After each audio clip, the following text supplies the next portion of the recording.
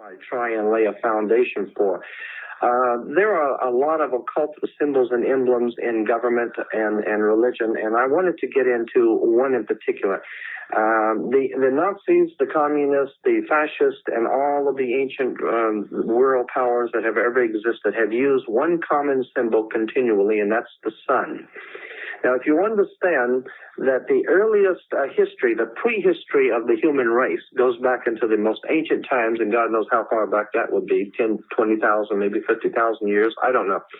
But if you go back to the earliest times of the human race, you can appreciate that the world was a very different place than what we live in today, okay? And so if you understand that it was a very cold and very fearful world at night, okay? And if you understand also that in that cold and fearful world, when the sun went down, there was a lot of fear for your life. There were a lot of predatory animals. And so the coming of the sun the next morning was always something to look forward to, that brought warmth, that brought light, and brought security. And around that concept grew a whole religio-political philosophy of the coming of the sun, God's sun, the light of the world. And it has been used by the ancient Egyptians, all the mystery schools, and of course you probably know it was referred to as Baal worship at one time. Baal was the sun, God's sun, the light of the world. And, the whole concept in the ancient world was that he had 12 helpers, which were the 12 signs of the zodiac, or the 12 months of the year. And of course, and he died, of course, with a crown of thorns, like the Statue of Liberty has the crown of thorns. It's the corona, of the sun rays. And when we begin to see all of these connections, and of course, in the spring of the year, the sun, which had died in winter, had passed over from the death of winter into the new life of spring. So in the old Semitic world, they celebrated the Passover. And we even say that today when someone dies, they passed on, or they passed away, or they passed over. Yeah. And so we get the old symbolism out of Egypt of the sun dying in the winter and passing over to the new life in spring. And so in the beginning of spring, we had the Passover. It's an interesting thing, too, about the sun, is that the ancient world realized that on the December 22nd, which was the winter solstice, they noticed something interesting on the sundials. Of course, the sundials being round, they could each degree for each day. They noticed that on the 22nd, the sun did not move. On the 22nd, it stayed on the sundial on the same degree. On the 23rd, it stayed on the same degree. It didn't move any further south, and it didn't start back north. On the 24th, it was still in the same degree on the sundial. It didn't move. So they said, the ancient Egyptians said, anything that was moving and is now not moving is dead. So therefore, they said God's son died and was in his tomb or dead for 3 days. Then on December 25th, anything that was dead and in his grave and not moving for 3 days, and now begins to move back to the northern hemisphere, it moved its first degree. So on December 25th, they said God's son is born on December 25th. Now, in the real world, let's clarify something for a lot of people who are listening out there. You're not talking anything about Christmas. You're not talking about what Christians traditionally recognize as, no, I'm getting into the symbol of Christ. You're getting into the symbolism of the ancient religion of the sun, right, which was later perverted in Christianity to reflect this in order to capture the pagan worshipers into the Christian church. Absolutely, right. Now, what I'm saying is that December the 25th is not Christ's birthday. No, not at all. No, it's the birthday of the sun. And then, but then when you understand that this symbolism began to be, the ancient peoples understood that the sun was revolved, and it was a symbol of revolution. And today in America we have, or at least in the western part of the United States, we have an oil company called Union Oil. Union Oil has as a symbol a round orange globe with the 76, and of course the commercial says, get the spirit of 76. The orange globe is a sun, because the communists have always used the rising sun, if you recall on the Soviet National Coat of Arms, is the rising sun that's bringing the dawn of a new day. And the symbology of 76 plugs it into the 76, and the 13, 76 is 13. Right, and the order of the trapezoid, and if you figure out the formula of the ancient religion, which says, as above, so below, the creation of this country in 1776 was guaranteed to bring into the world the new man, the illumined man, who had 3 degrees of 6x or 666. Right. And 8 is the number in the old Kabbalistic Freemasonry in Europe. 8 was the number of new beginnings. And the new beginnings, the new beginnings was 17 is 7 and 1, 8. And 13 was, of course, the old mystic number of God and his 12 helpers of God and his 12 months make 13. Mm-hmm. And so... it's also the number of death and rebirth, or resurrection, or reincarnation, depending upon how you look at that. But so once you get into all of the symbolism, you see that there is a rhyme and a reason to all of these emblems and symbols. And something else in relation to word symbols, and God knows we're inundated by innuendos and catchphrases in this country especially. We've been hearing since George Bush made it publicly known, something called the New World Order. I want to clarify something for your audience. They probably might already know this, but Europe has been referred to as the Old World, and anything coming out of Europe is Old World, all right? The Vatican has dominated Europe for about 1,500, 1,600 years. The Vatican has dominated Europe. Europe has dominated the world. There was a religio-political economic scheme of things. That was the order of the day. The old banking houses of the Roman Empire, the old, what was some of the families? Arius, Copernicus, Pisos. The Pisos family were a very powerful banking family who were the main brains behind. They were the Rockefellers of the Roman Empire. The Medicis. The Medicis, absolutely. And so when you understand that there was a banking, fraternal, religio-political order that operated throughout the world, and the Vatican sat on top of that, and that was an old world order. Now, with the coming of America, of course, America is referred to as the New World, and so what we have now is a New World Order. And that New World Order implies that there is a fraternal order operating throughout the world, operating out of America, that seeks to, it seeks to take the place of the old world order and bring a new order of the world. But you must understand that you cannot have a new order or a new building on the same site as an old building. So you've got to get rid of the old order first and bring in the new order. Things just don't happen. I mean, what was it? Franklin Roosevelt even said, anything that happens in politics, it was planned that way. And until such time as you understand that things are planned in politics and that there is a rhyme and a reason to things, we're never going to get to the bottom of this. A classic example of what I'm talking about is we here in this country, we hear politicians, the president and the local leaders saying that they can't seem to get a handle on the crime problem, the drug problem, all of the different problems that are facing us as a people, and they just can't seem to get a handle on these things. However, if you put a wrong comma on your income tax, they can get a hold on you. And if you go into the Amazon jungles, they'll follow you, and they will find you. And it may take a while, but they'll spend millions, and they will find you. And they will bring you back here, and they will deal with you in public to show the rest of the people that you can mess around with other people, but you don't mess with the money and the government, okay? So the point I'm making is that if they cannot seem to get a hold on crime, but they can get a hold on you, the question should be asked, how is it that a country 50 years ago, which was a lot less sophisticated, got a hold on Adolf Hitler, and he had a standing army all over the world? They can get a hold on the Soviet national economy and destroy peoples and nations all around the world. They can get a hold on anybody they want, except for the drug trade, except for the crime. And I'm saying that the crime and the drug trade in this country are purposely allowed to exist, and in certain cases even promoted. Because according to the ancient cults of the ancient world, there was a term that has come down to us, and many Freemasons in the audience will readily remember this. According to the ancient cults, there was something called ordo ad chaos in Latin, which meant order out of chaos. Right. So the idea was that if you can create enough chaos, that the people will be sufficiently frightened and will give to you the power and the political power to bring back law and order. Now, there was a television comedy program many years ago called Get Smart. And when people tell you to get smart, it's implying that you're missing something here, all right? Get Smart. You'll remember that on one side in the TV show Get Smart, on one side was chaos and the other side was control.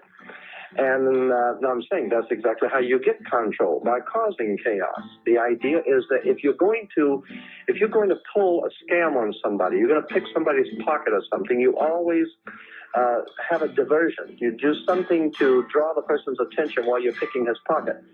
If you're going to break out of a prison, you always have the gang fight down at the far end while the guys are crawling out the hole on the other end. The idea is you set up a diversion, you cause chaos, and out of that you can get control, because people will sufficiently frighten people will give you the power to put down these problems. Now, Adolf Hitler did this, and he worked it perfectly, and it works. A lot of people are wondering, why is it that the German people would have ever allowed Hitler to do what he did? Hitler was elected to office because of the chaos that he was doing. He was causing the chaos. The people came sufficiently frightened, and so they had given him the political power to put down the trouble, because they knew he was the only guy that could put down the problems, because he was the one that was causing it. So I'm saying that the same kind of scam is being worked in this country today. We're seeing nothing but chaos and nothing but trouble, and I'm saying that it's all orchestrated, that you couldn't possibly imagine people like the President of the United States making mistakes. I mean, you hear every day what Senator so-and-so made a terrible mistake, or the United States government made a terrible mistake in Vietnam, or they made a horrible mistake on this or that. This country don't make mistakes. If they do something, they have a reason for doing it. They don't pay these people, these doctors and professional psychologists, and there's whole army of brains at the Vatican. I mean, well, that's a Freudian slip, probably in the Vatican too. But at the Pentagon. Yeah, they don't pay these people big money to make mistakes. The president, when he does something, or this government does something, they know what they're doing. Now, it may not make any sense to you, but according to other plans, if you understand what's going on behind the scenes, it makes a lot of sense. It's a very sophisticated method of manipulation and brainwashing. Exploitation. Correct. Absolute exploitation of people's ignorance. Somewhere along the line, and as I said to you before a few minutes ago, the greatest enemy this country will ever face, the people who are behind the scenes of government in this country, their greatest enemy is you. You who think too much. As a matter of fact, there was a motion picture called, a few years back, called Network. And in the movie Network, at the end of the movie, the star was a newsman, and he said something to the effect that you don't have to worry about America being destroyed. America's not going anywhere because we feed everybody. So if we go, the whole world goes, because we're feeding everybody. But there is something that is lost forever. There is something that has gone and is legitimately lost, and that is your freedom as an individual human being to be free, to do your own thinking, to be your own person. That is lost. You have been taken over and you don't even know it. And he said, and the reason why is because you don't read, you don't think, you want to be entertained by Bugs Bunny and Big Top Pee-wee. You all you want is your recapable tires, like he says, and all of your creature comforts, and you don't want to put yourself out, and so consequently, the law of karma, cause and effect. You have not defended your freedoms, and if you don't defend your freedoms, then you're right. Then you don't have any. That's correct. So without education, without knowledge and understanding, which comes from many hours of study and listening and understanding and researching on your own, we're not going to remain a free people. And that's really the key, is not to believe anything that you hear from anyone, including me, including you, absolutely, including their own mother. People have got to learn to start digging up and researching and studying on their own. Absolutely. And then you will make it your own. Then you will finally see how we have been had as a people. And believe me, we are in serious trouble because the secret societies, even the Masonic orders today, when I have asked these Freemasons, who is it that is actually running your organization, they will tell you that they have a name for them. They call the hidden masters. The hidden supervisors. The hidden masters. And it's always 9. Right. And that goes back to the legend of the beginning of the Order of the Rose and Cross, and Hiram Abiff, and the whole works all the way back into history.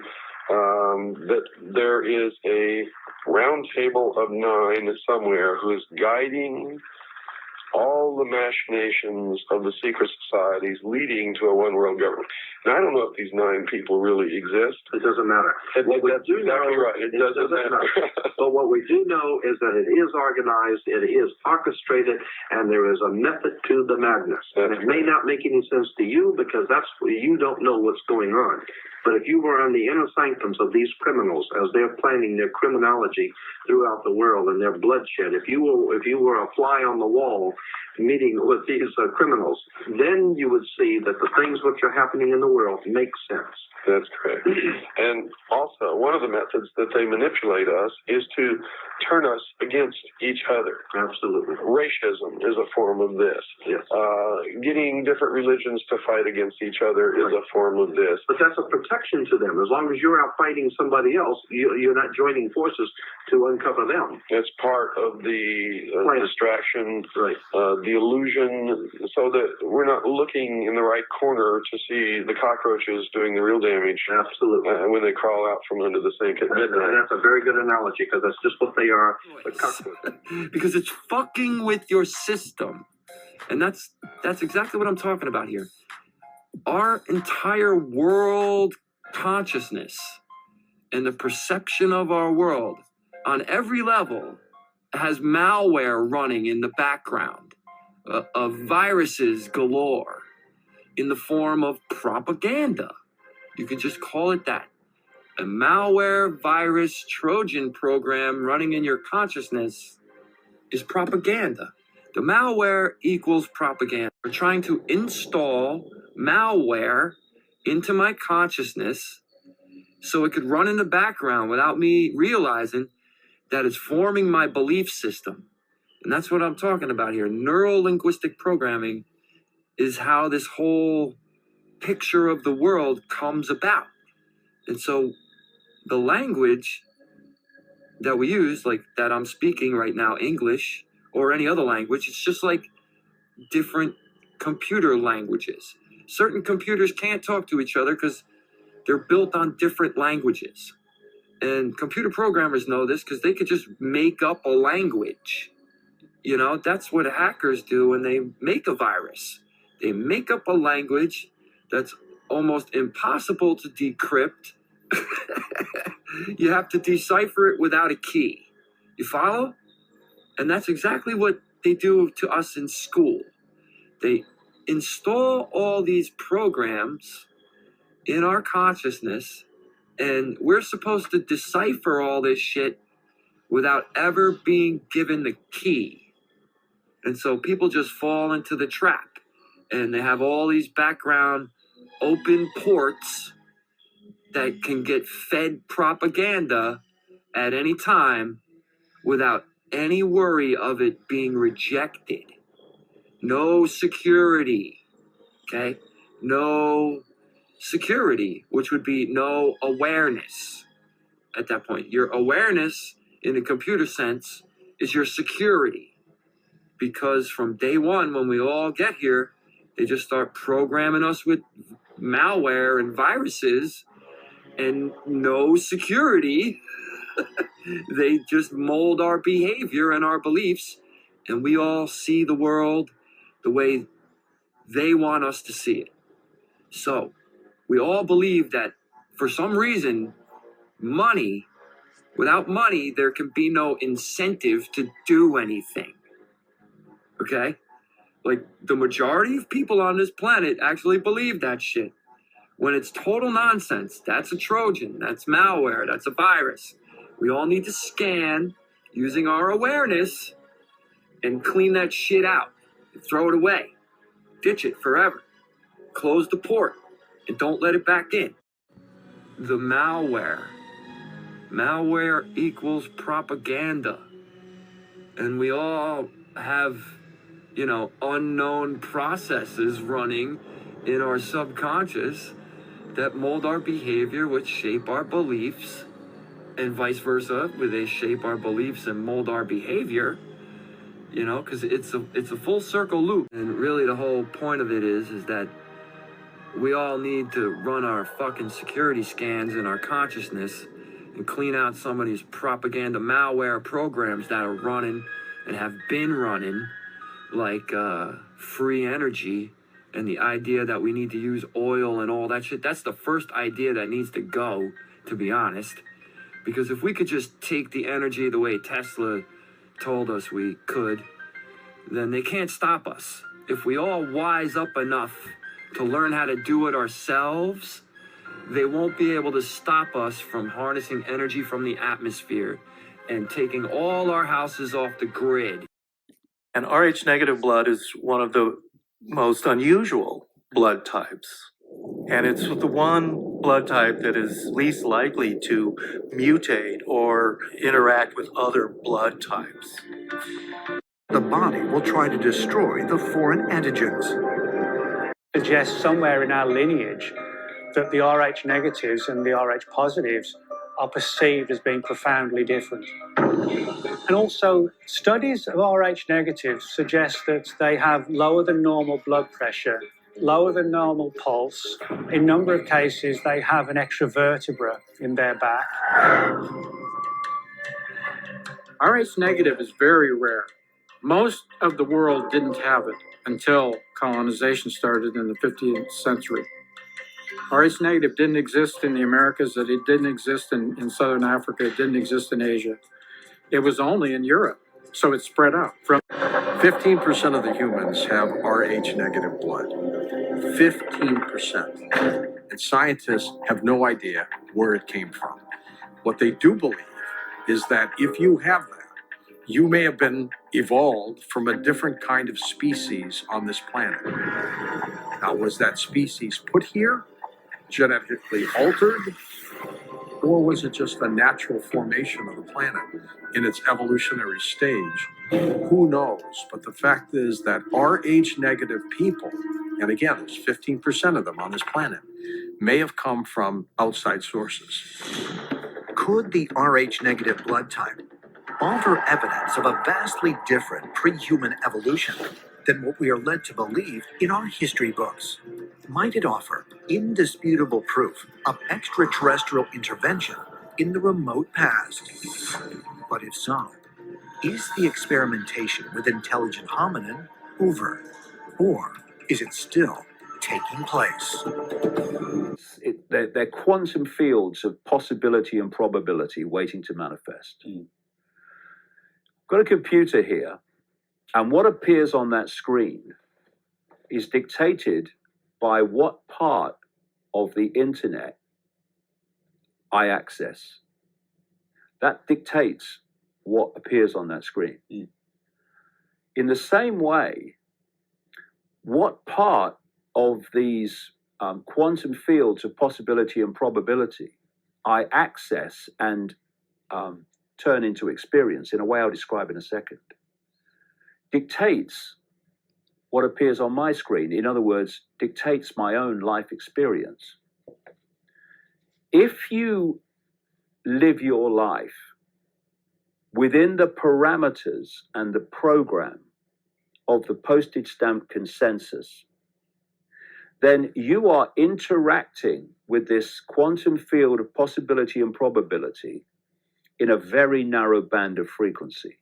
So the potential you have to manifest experience in your life and achievement, if you like, for a word, in your life, is limited by that. Once you expand your self-identity, as I'll come to in a second, and your consciousness expands, and your sense of the possible expands, you're now interacting with this quantum field of possibility and probability in a much vaster swathe. And therefore, your potential for manifestation of experience, for manifestation of achievement, for manifestation of the world, the life you want, becomes massively expanded. Take the Chinese internet. It is firewalled off so that Chinese people can only access a fraction of the internet, symbolic of this postage stamp consensus mentality. But beyond those firewalls is a vastness of possibility with the internet that they never see, information they never access. And what dictates our interaction with this possibility and probability is our self-identity, seems to me. If you believe that you are little me and have no power, then that manifests itself as the frequency band you're operating on, and it's very narrow. Coming back to the simplest analogy, it's someone who sees the glass half empty or the glass half full. That's a completely different perception of the same situation. And what will come from those two perceptions will be very different experiences of that glass compared with the other. And for me, we have got caught, and this is the very foundation of the perceptual manipulation. We have got caught in the illusion systematically that what we're experiencing is who we are. People self-identify with their labels. I am a man, I am a woman, I am black, I am Jewish, I am Muslim, I am this, I am that. And if you look at political correctness and this whole transgender explosion. Transgender. Yeah. Go on, do it. Say what you want. Don't even start. No, we'll be another 2 hours. Don't start me off. Because that's a complete scam. It's not about, just a very quick aside, it's not about respecting people who feel they're in the wrong body. It's not about that. That's just the excuse. It's about divide and rule. We now have feminists and transgender people in conflict. It's another fault line, but there's really very much more to it than that, and it goes very deep. But what that's doing, if you look at it, it's creating subdivisions and subdivisions and subdivisions of self-identity.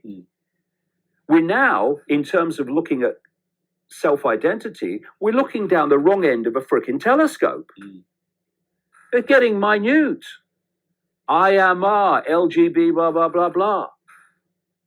And what it's doing, every time you subdivide into a smaller perception of self, you are getting further and further and further away from the true self, which is consciousness. Consciousness that's having that experience. When people have near-death experiences and leave the body and suddenly experience a vastly different reality, they've left the body. So what has left the body? Consciousness. Their point of awareness. We are in our prime form. A state of awareness, a state of being aware. What the body does, I call it a biological computer, is it when we experience through the body, when that consciousness experiences through the body focuses the attention of that consciousness in a tiny band of frequency known as visible light, which is so tiny it's laughable, and that's all that we can see. We don't actually live in a world, we live in a band of frequency. And beyond that frequency is infinity, which we can't see. You know, if you tune to Radio 1, you tune a radio to Radio 1 or a television channel, television to BBC 1, that's what you get. You don't get BBC 2, that doesn't exist to BBC 1. You don't get Radio 2, that doesn't exist to Radio 1. You get Radio 1. And so the body is tuning us and focusing our attention in a narrow band of frequency. It's an experience. And these experiences are given labels like Christian, white, black, brown, Jewish, Islam, Hindu, right? What happens is, and this is what the program encourages, of course, is people self-identify with those labels and they say, that is me. I am my income bracket. I am my life story. I am my race. I am my culture. No. They are what your consciousness is experiencing, your point of attention. And you know you, Mr. Islamic man, and you, Mr. Jewish man, and you, Mr. Christian man, and you, Mr. White man, you, Mr. Black man, you, Mr. Asian man. You're all points of attention of the same infinite consciousness. And because you have become so programmed to believe that your labels are you, you are fighting each other for power. To hold on to an identity. To hold on to impose in many ways an identity that is merely an illusion of incredibly short experience. When you leave the body, your consciousness leaves the body at a near-death experience, for instance, and I've read endless accounts all over the world, people. The common themes are incredible. They don't say, "Oh, I'm out of the body now, but I'm still a Muslim. I'm still a Hindu. I'm still a this. I'm still a that." No, they are consciousness. Consciousness, awareness, a state. That's what we are. And so, when in the body, you can stop self-identifying with the labels and start to self-identify with being the consciousness, everything changes. Because what self-identification with labels does is it focuses attention, and your interaction with the cosmic field of probability and possibility is limited by that focus of attention within that frequency. Once you say, they are my experiences, I am the infinite awareness having those experiences, you start to interact with possibility and probability on a vastly greater scale. And suddenly, life becomes an adventure. Suddenly, your life changes. People that represent the old frequency of your life, they disappear. New people come in, new opportunities happen, amazing coincidences happen that didn't happen before. Oh, it's a miracle. Fancy me? No, it's not a miracle. You're interacting with possibility and probability on a vaster scale. Therefore, probability and possibilities happen in a more extraordinary way than they do when you're there. And this is, when you do the research and you realize what is actually manipulating this world, you realize that while the vast majority of people that are making decisions every day, like politicians and people, etc., are overwhelmingly 99.999% clueless about reality, as are most scientists, vast majority of scientists and doctors and all of them, deep in the shadows, out of the public arena, where it's all coming from. They understand how this works. They know that if they can hijack your perception, they can hijack your experience by this feedback interaction between your perception, which creates your frequency band of interaction with the cosmic field of possibility and probability. The more they can contract our sense of self, the more they can control our life experiences and suppress it to the point where we're no problem to them.